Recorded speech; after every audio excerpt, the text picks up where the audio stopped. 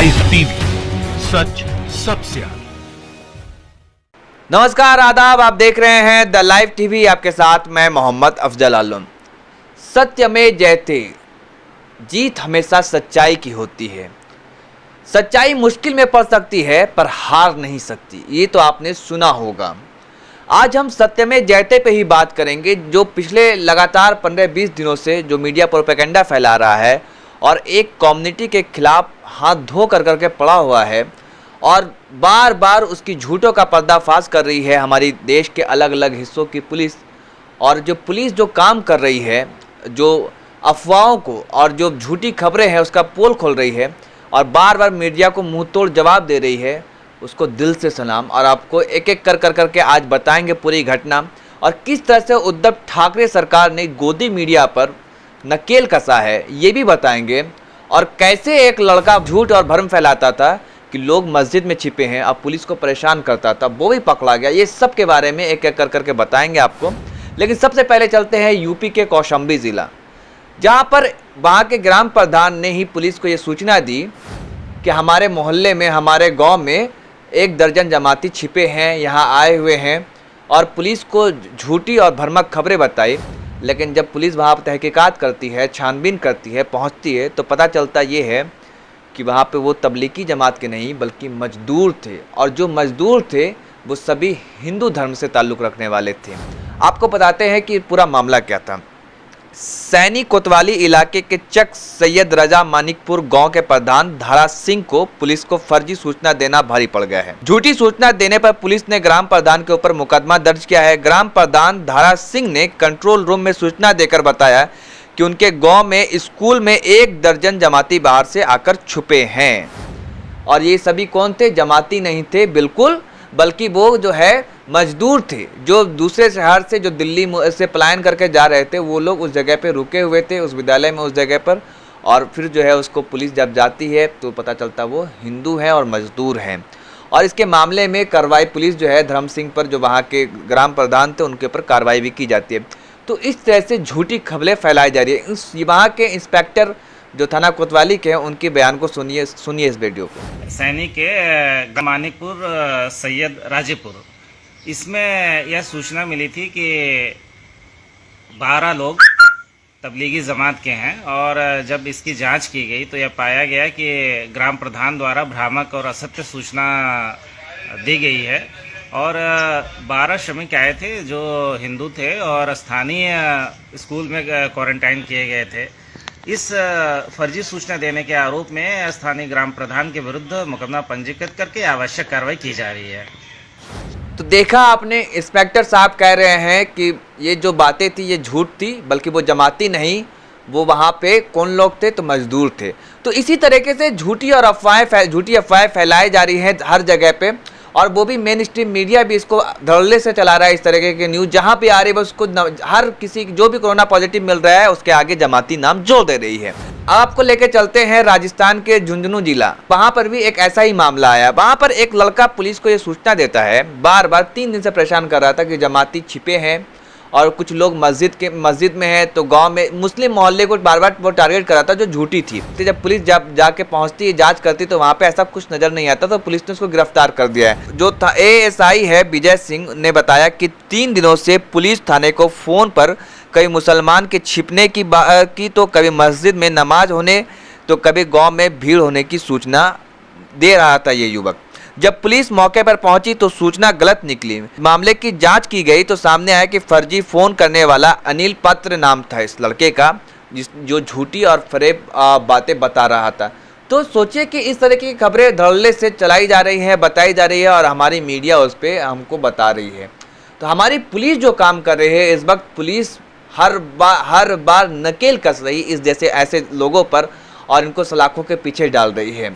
अब आपको मध्य प्रदेश के जिला खरगोन लिए चलते हैं, जहां पर रिपब्लिक भारत ने एक जीते जी इंसान को, नूर मोहम्मद नामक शख्स को मार दिया और ये कहा कि कोरोना वायरस से संक्रमित थे और ये बदतमीज, बेहुदे, बेशर्म जमाती ब्रिगेड के थे। और इनके साथ साथ उन्होंने ये भी कहा कि इनके परिवार के 8 लोगों को कोरोना पॉजिटिव पाया गया। सबसे पहले आप रिपब्लिक भारत के इस एंकर को सुनिए किस तरह से गला फाड़ फाड़ करके चीख और चिल्ला रही है और झूठी खबरें हम सबके पास पहुंचा रही है, परोस रही है। जो फेक न्यूज का सबसे बड़ा अड्डा रिपब्लिक भारत बना हुआ है। सुनिए इस वीडियो को। मध्य प्रदेश के खरगोन से कोरोना पॉजिटिव 8 नए मामले सामने आए हैं। तबलीगी जमात से जुड़े हुए हैं ये सभी 8 लोग। नूर मोहम्मद नाम का शख्स है जो कि विदेश से पहले दिल्ली पहुंचा। दिल्ली में उसने मरकज में हिस्सा लिया और इसके बाद वो खरगोन आ गया। लेकिन नूर मोहम्मद की तो 28 तारीख को मौत हो गई थी, लेकिन जो संक्रमण है वो उसके परिवार में ही फैलता गया और 8 लोग और पॉजिटिव अब तक नूर मोहम्मद के परिवार के आए हैं। तो देखा आपने इस वीडियो को किस तरह से एंकर्स गला फाड़ के चिल्ला रही है। अब आप खुद उस नूर मोहम्मद को सुनिए जो कह रहे हैं, क्या कह रहे हैं वो अपने बारे में। आप उनके इस वीडियो को सुनिए। तो नूर मोहम्मद बोल रहा हूँ मैं खरगोन। इस वक्त इंदौर के MRTB हॉस्पिटल के अंदर एडमिट हूँ और मेरी तबीयत बहुत बढ़िया है। स्टाफ वगैरह सब यहाँ खाना पीना बहुत अच्छा मिल रहा है। 24 तारीख को मैंने खरगोन में पुलिस में और हॉस्पिटल में इंफॉर्मेशन दे दी थी। 31 तारीख को मेरा टेस्ट गया जो 4 तारीख को पॉजिटिव आया और मुझे इंदौर रेफ़र कर दिया गया। ये वीडियो इसलिए बनाना पड़ रही है कि कुछ लोगों ने जो है मुझे चैनल के अंदर मृत घोषित कर दिया है। हालांकि मैं जो है वो जीवित हूँ और बहुत बढ़िया इलाज चल रहा है और मैं पहले से बहुत अच्छा हूँ, तंदुरुस्त हूँ, कोई दिक्कत नहीं है किसी। तो आपने देखा कि नूर मोहम्मद अभी जिंदा हैं। अब वो खुद बयानी कर रहे हैं। क्या कह रहे हैं आपने सुना कि हमें कहा गया कि बताया गया कि हम मर गए हैं लेकिन हम जिंदा हैं। अब आपको सिलसिलेवार ढंग से इस पूरी घटना के बारे में घटनाक्रम बताते हैं कि क्या मामला था और क्यों रिपब्लिक भारत जो हमेशा फेक न्यूज फैलाता है और अभी एक ट्रेंड सा चल गया है, कोई भी कोरोना पॉजिटिव पाया गया उसको जमात से जोड़ दो, बस सबसे अच्छा यही है अपना रोटी सेकने का। आपको बताते हैं जनवरी के अंत में जो अल्ट न्यूज ने जो इस पे रिपोर्ट किया है उसके हवाले से मैं बता रहा हूँ खबर। जनवरी के अंत में मोहम्मद और उनकी पत्नी जमात की मीटिंग में शामिल होने मुंबई गए थे। फरवरी के अंत में धार्मिक यात्रा के लिए दोनों लगभग 45 दिन के लिए दक्षिण अफ्रीका गए। 19 मार्च को नूर मोहम्मद और उनकी पत्नी दक्षिण अफ्रीका से दिल्ली आए। 20 मार्च को दोनों ने पूरा दिन दिल्ली में बिताया और मरकज में शामिल होने निजामुद्दीन गए। रात को इंदौर के लिए ट्रेन पकड़ी। मोहम्मद ने हमें बताया कि यात्रा के दौरान उन्हें खुद को बीमार महसूस किया। 21 मार्च को दोनों दोपहर को इंदौर पहुंचे और 3 घंटे बस से चलकर खरगोन जिला पहुंचे। 22 मार्च नूर मोहम्मद ने हल्की फुल्की बुखार महसूस किया। उनके भतीजे यासिर ने हमें बताया कि उन्हें हल्की खांसी भी आ रही थी। मोहम्मद एक फिजिशियन के पास गए, उन्हें बुखार की दवा दी। 24 मार्च स्वास्थ्य अधिकारी ने मोहम्मद के घर का दौरा किया। जांच में परिवार के किसी सदस्य का तापमान सामान्य से ज्यादा नहीं पाया गया। मोहम्मद के सेल्फ क्वारंटाइन में रहने को कहा गया। 31 मार्च निजामुद्दीन को कोविड-19 हॉटस्पॉट घोषित किया गया था। समाचार आने के बाद मोहम्मद और उनकी पत्नी सहित जिला अस्पताल पहुंचे। वहां जांच के लिए सैंपल दिया और उन्हें भर्ती कर लिया गया। 4 अप्रैल को रिपोर्ट आता है। मोहम्मद की जांच रिपोर्ट में पॉजिटिव और उनकी पत्नी की नेगेटिव पाई जाती है। मोहम्मद को MRTB हॉस्पिटल इंदौर ट्रांसफ़र कर दिया गया। उसी दिन उनकी मां की स्ट्रोक के कारण मौत हो जाती है। 7 अप्रैल मोहम्मद की मां सहित परिवार के 7 सदस्य कोरोना पॉजिटिव पाए गए। 12 अप्रैल को नूर मोहम्मद की 2 बजे जांच रिपोर्ट नेगेटिव आने के बाद उन्हें MRTB हॉस्पिटल से डिस्चार्ज कर दिया गया। 13 अप्रैल उन्हें खुद को खरगोन जिला अस्पताल में खुद को क्वारंटाइन में रखा हुआ है। जिसको बताया जा रहा था कि वो मर चुका है, वो जिंदा है। तो किस तरह से ये रिपब्लिक भारत अफवाह फैलाता है और झूठ परोसता है। और सोचिए कि हर रोज इस तरीके से वो खबरें चलाता होगा। आप देखते होंगे किस तरह से इस चैनल पर न्यूज़ कम नौटंकी ज़्यादा होता है।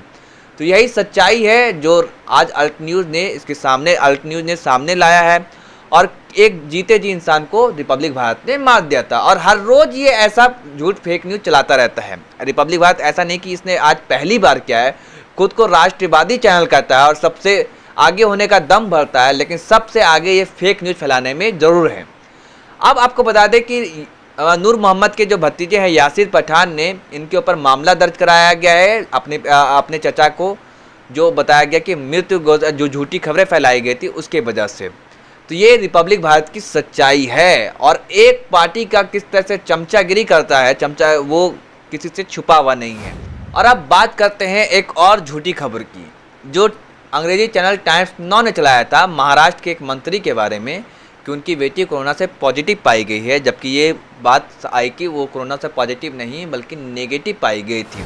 और महाराष्ट्र के गृह मंत्री अनिल देशमुख ने टाइम्स नाउ पर मामला दर्ज करने का आदेश दिया है। आपको पता होगा कि जिस प्रकार मुंबई के बांद्रा के इलाके में जो मामला घटी 14 अप्रैल को, उसके बाद 2 शख्स को गिरफ्तार किया गया था। एक तो एबीपी माझा के जो रिपोर्टर है राहुल कुलकर्णी को, हालांकि उनको अब बेल मिल गया है, छूट गए हैं वो, और विनय दुबे को। तो महाराष्ट्र की सरकार, उद्धव ठाकरे की सरकार जितनी मुस्तैद है और जितनी तेजी से फैसला ले रही है, और के जो गृह मंत्री है अनिल देशमुख जितनी मुस्तैदी से काम कर रहे हैं, अगर ठीक इसी तरह से हमारी सरकार भी काम करे तो शायद ये जो फेक न्यूज हर रोज और जमात के नाम पर अपना धंधा चला रहे हैं, इनकी अक्ल ठिकाने आ जाएगी। अब दरअसल मामला क्या था, मामला आपको बता देते हैं। महाराष्ट्र सरकार में मंत्री जितेंद्र अवध की बेटी को कोरोना वायरस पॉजिटिव पाए जाने की झूठी खबरें दिखाई थी। इसके लिए चैनल के खिलाफ कार्रवाई की जाएगी। महाराष्ट्र के पुलिस महानिदेशक को संबोधित पत्र में गृह मंत्री अनिल देशमुख ने कहा कि जितेंद्र अवध ने उन्हें चैनल द्वारा फर्जी समाचार प्रसारित किए जाने के संबंध में एक पत्र भेजा था।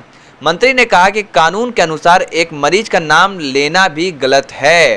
उन्होंने कहा कि इसके अलावा महिला पीड़ित का नाम रखने की अनुमति नहीं है। इसके अलावा उनकी बेटी का टेस्ट रिपोर्ट नेगेटिव आने के बावजूद उसके कोरोना पॉजिटिव पाए जाने की फर्जी खबर चैनल ने प्रसारित किया था। तो यह एक गंभीर अपराध है, ये अनिल देशमुख ने कहा, जो वहाँ के महाराष्ट्र के गृह मंत्री है। तो आप सोच सकते हैं कि इस चैनल की कितनी क्रेडिबिलिटी है और कितनी विश्वसनीयता है कि हर रोज़ ये फेक न्यूज़ हमारे सामने परोस रहे हैं, और रोज़ हमारे जो देश के अलग अलग हिस्सों की पुलिस है, इनके झूठ का आईना झूठों को आईना दिखा रही है और पर्दाफाश कर रही है। आपको एक बात याद होगी, जब जिस प्रकार जितनी तेज़ी से फेक न्यूज़ फैलाया जा रहा था, तब महाराष्ट्र के मुख्यमंत्री उद्धव ठाकरे ने एक बात कही थी कि हम कोरोना वायरस से तो लोगों को बचा लेंगे, लेकिन फेक न्यूज़ वाले को बख्शेंगे नहीं, फेक न्यूज़ फैलाने वाले को बख्शेंगे नहीं। उन्होंने ये बात कही थी, और जैसा उन्होंने कहा वैसा वो कर भी रहे हैं, और उनकी सरकार मुस्तैद भी दिखाई दे रही है, और अलग अलग एक के बाद एक वो फेक न्यूज़ फैलाने वाले पर डंडे बरसा रही है।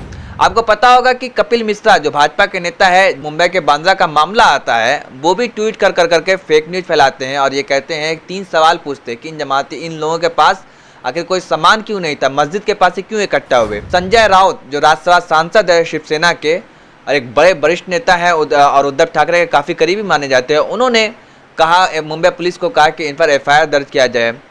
तो बड़ी ही मुस्तैद और चुस्त नज़र आ रही है महाराष्ट्र सरकार, और तत्परता से काम ले रही है, और ये कहा जा रहा है कि गोदी मीडिया पे नकेल उद्धव ठाकरे सरकार जिस तरह से कर रही है, अगर ठीक हमारे देश के प्रधानमंत्री नरेंद्र मोदी भी इस तरह से कदम उठाए और गृह मंत्री अमित शाह कदम उठाए, तो ये एक दिन में सही हो जाएंगे। ये जो जितना नफरत फैला रहे हैं, समाज में जहर फैला रहे हैं, सांप्रदायिकरण कर रहे हैं, और हर खबर को धार्मिक एंगल से दिखा रहे हैं, तो इनके समझ में आ जाएगा और ये सही जगह पे आ जाएंगे वापस। लेकिन दरअसल बात यह है कि नाकामी को छुपाने के लिए जो साजिश रची जा रही है, जो मनगढ़ंत खबरें दिखा रहे हैं, वो कहीं ना कहीं सरकार का इसमें अहम रोल है। क्योंकि सरकार के सामने कितनी खबरें सामने आई, चाहे यूपी हो या फिर अरुणाचल प्रदेश, हर जगह की पुलिस खंडन कर रही है कि ये गलत खबर है, ये सही खबर नहीं है। हर इलाके से की पुलिस ट्वीट कर करके रिप्लाई कर ANI जो इतनी बड़ी एजेंसी है, न्यूज़ एजेंसी है, जो हर किसी को खबर देती है, वो झूठ परोसती है, झूठी खबर देती है, उसको ट्वीट कर करके पुलिस दिल्ली देश के अलग अलग हिस्सों की पुलिस खंडन करती है। तो अगर ऐसे ही पुलिस जिस तरह से मुंह पे चमाटा मार रही है इस गोदी मीडिया को, अगर देश की सरकार भी करने लगे और उद्धव ठाकरे के जैसे काम करने लगे इस नफरत फैलाने वाले पर, तो एक दिन में जो नफरत और जहर फैलाया जा रहा है वो ठीक हो सकता है। बशर्ते वो काम करने के लिए वो मादा चाहिए, वो हिम्मत चाहिए, वो नीयत साफ होनी चाहिए। धन्यवाद। लाइव टीवी, सच सबसे आगे।